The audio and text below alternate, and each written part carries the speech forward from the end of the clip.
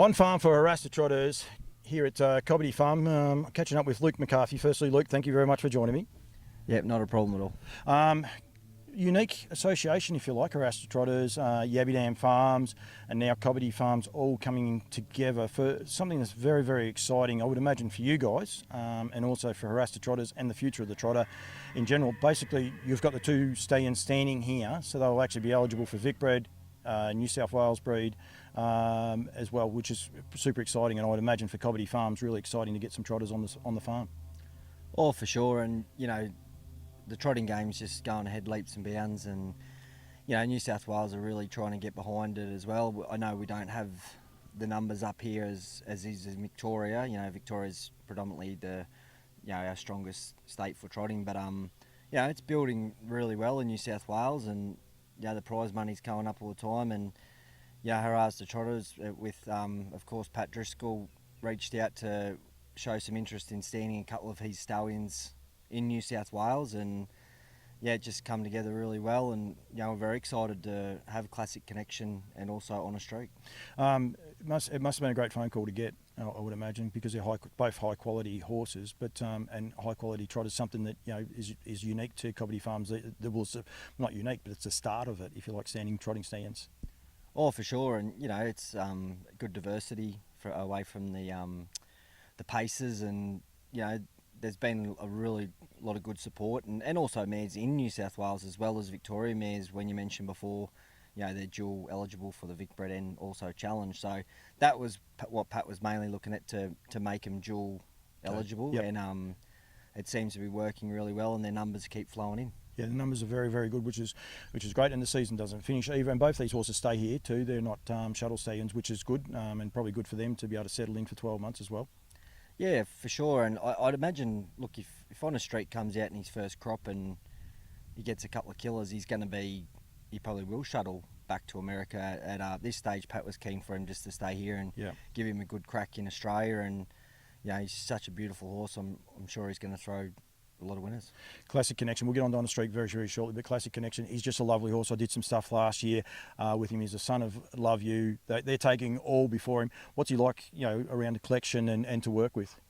Yeah, he's a beautiful big horse. He's typical French Love You. He's massive. He even when he gets collected, like, you'd be surprised how high he stands up. He's just a big individual, and he's got a good temperament and no nastiness about him, so he's been a pleasure to have around, and looking forward to seeing his progeny. And they're not far off, because I mean it's his second season, so they're on the ground, and we actually bred one to him this year as well, so we're very excited about that.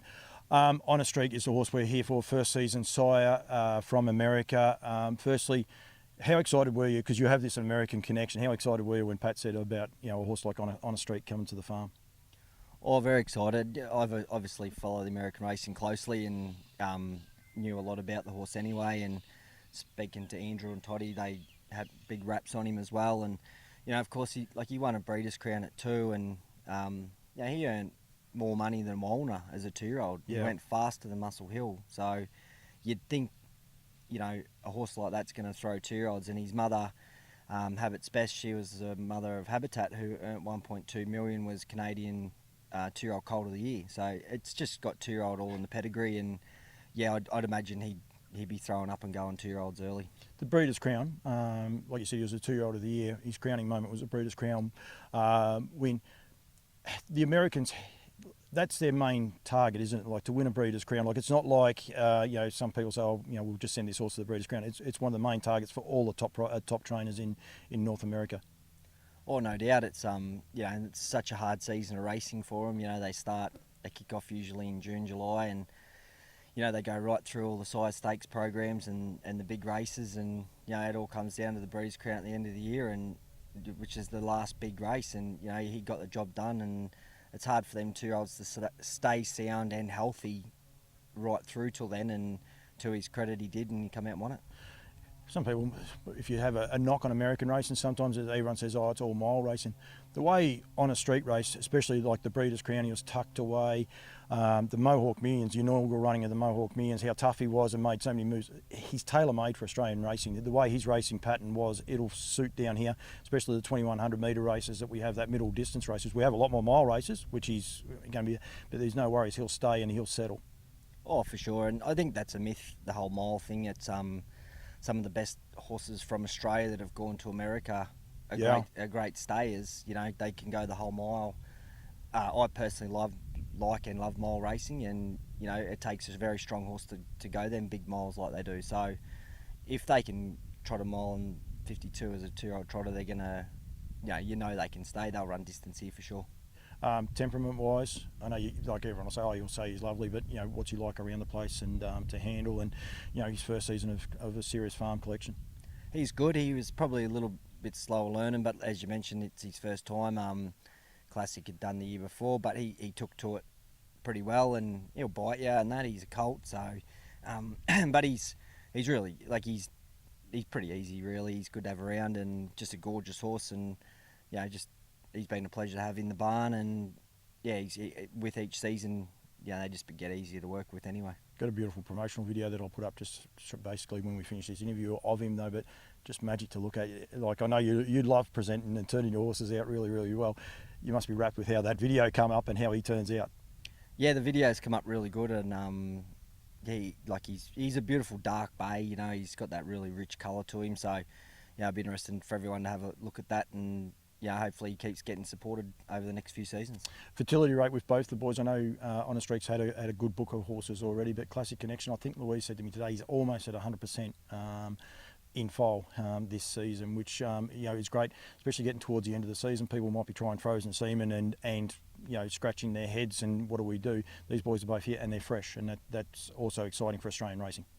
Oh, no doubt, and obviously the chilled's easier to work with, and they're just getting them in foal, so it works out good. And I support frozen semen strongly as well. It's but sometimes the mares don't take to it, and you've got that option of these quality stallions as chilled stallions. Yep, and they're here ready to go. Luke, thank you very much. Congratulations on Cobbitty Farm and the association with Haras Trotters. I love the trotter. I love improving them, and I think New South Wales taking the bull by the horns, if you like. You guys getting involved, I think it's really, really exciting, and it's a great association, mate. So thank you very much for joining me, and keep up the good work, buddy. Thanks, mate. 2020 2-year-old Breeders' Crown Champion, setting a race record previously held by Walner. On a Streak wins the Breeders' Crown. O'Brien 2-year-old Trotting Colt of the Year. On a Streak upsets in the William Welwood Memorial. One of the fastest 2-year-old trotters to ever stand in Australasia. He's such a professional. As soon as he saw open air, he just took off. Son of leading US sire Cantab. On a Streak, standing his first season at Cobbitty Equine Farm in 2022.